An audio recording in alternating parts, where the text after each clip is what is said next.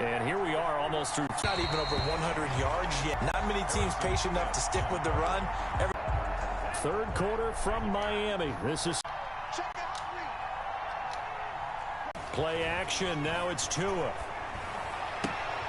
And this led him a little too far. It brings up third down. Third down. Desperate need of a conversion as they come up on third down.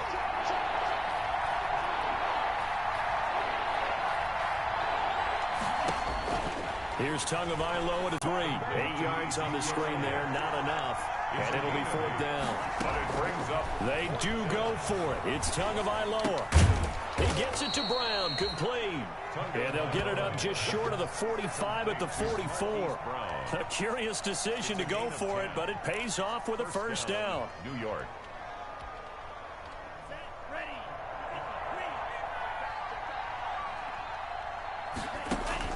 On first down, Tagovailoa is going to fire one deep, middle of the field. And that's going to be incomplete. Too tough to hold on to that one. It's second down. Harrison Smith on the coverage.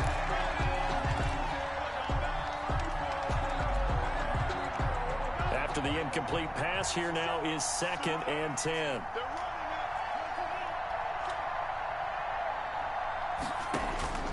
Two to throw again. Got Gordon open, completes it. They get 6. That'll leave them with 3rd and 4.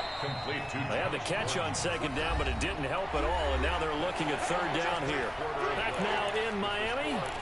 It's Jet football, but they trail here as we start the fourth quarter. The Jets on third down. They've hit 2 for 4 thus far. This is 3rd and 4. From the midfield stripe, they'll look to throw. Flush to his right. And he will go down outside of the pocket for a sack. Tried to get away, but could not. Aaron Donald, he's the one to get him, and that is sack number 7 for him on the year. All right, they're going to try and keep hope alive here on fourth down. They're going for it.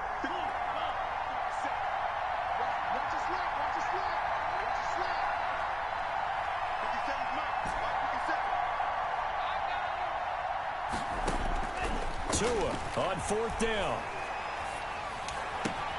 And he's got his man, Marquise Brown. And they're well past midfield, just a yard or 2 shy of the 40.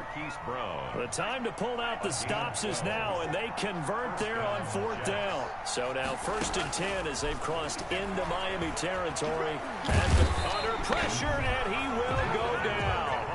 Sacked back at the 46.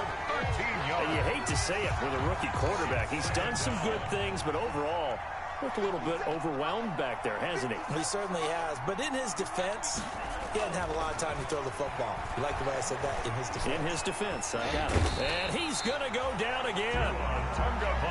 Okay, let's go back a little bit and see if my schooling comes to the front. What's that old saying? Those who forget the lessons of history are doomed to repeat them. That's the same guy who's gotten back-to-back sacks. I think a double team may be in order.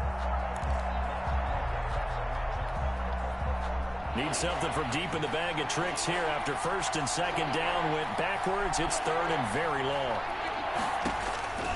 Tagovailoa working out of the gun. Why are they making and this the throw there going to be incomplete. And I think what Bob was saying, go for it here on fourth down. No reason not to. Down a couple of scores, they have to try and make something good happen. Fourth down. This might be the second down. And they're indeed going to go for it here on fourth down. So trailing here in the last quarter. Let's see how this plays out. The Jets going to go ahead and use their final timeout. So that will leave them with no timeouts left. Still plenty of time on the clock. We'll see how that affects things here in this fourth quarter. Here's the Jets punter now as he'll kick it away for the 2nd time.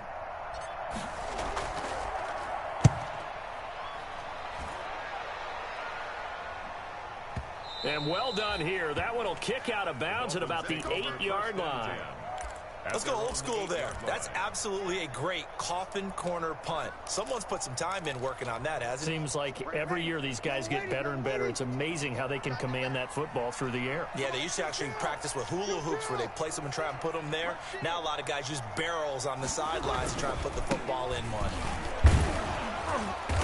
And for one of the few times here today, this run's not going to go anywhere.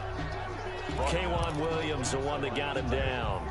Defensively, no doubt they need a quick stop. Offensively here, maybe do you put it in the air on second down, or do you go ahead and keep it on the ground, keep that clock moving? A lot of people would ask that question, partner, because sometimes throwing the ball might actually be the path of least resistance. But in this case, it's a matter of trust. How much do you trust your quarterback? Because you throw the ball and it goes awry, you really don't look smart as a coach. Yeah, and then you stop that clock.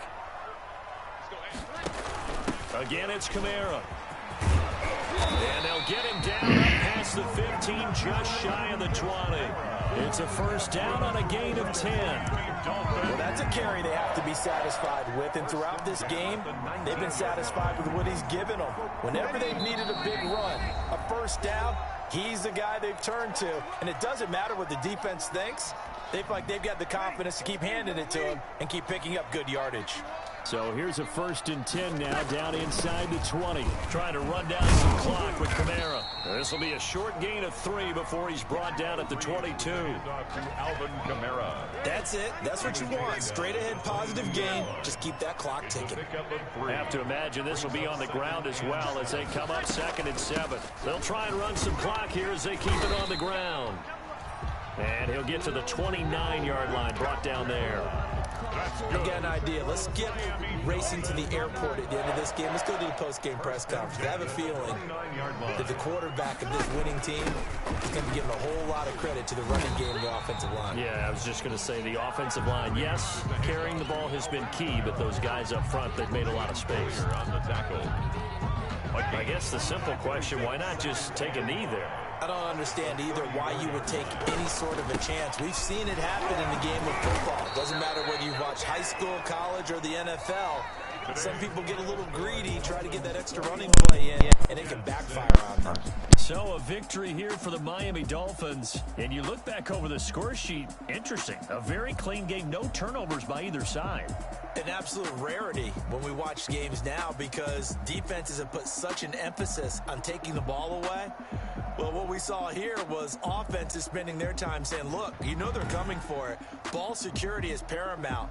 So they worked on that, not just a week of practice, but I'm sure all during training camp. Make sure when you have it, tuck it away because danger lurks everywhere you turn. So for Miami, the great run they've been on continues as they move to 9-1 now. And they'll be able to enjoy this one through the bye week before they get back at it again. Meanwhile, for the Jets, it was a game they really needed as they drop back to 4-6. And they'll get a late bye next week, which might be coming at the right time. And they'll be back in action in Week 12. So for our entire crew, alongside Charles Davis, I'm Brandon Gautin. Thanks for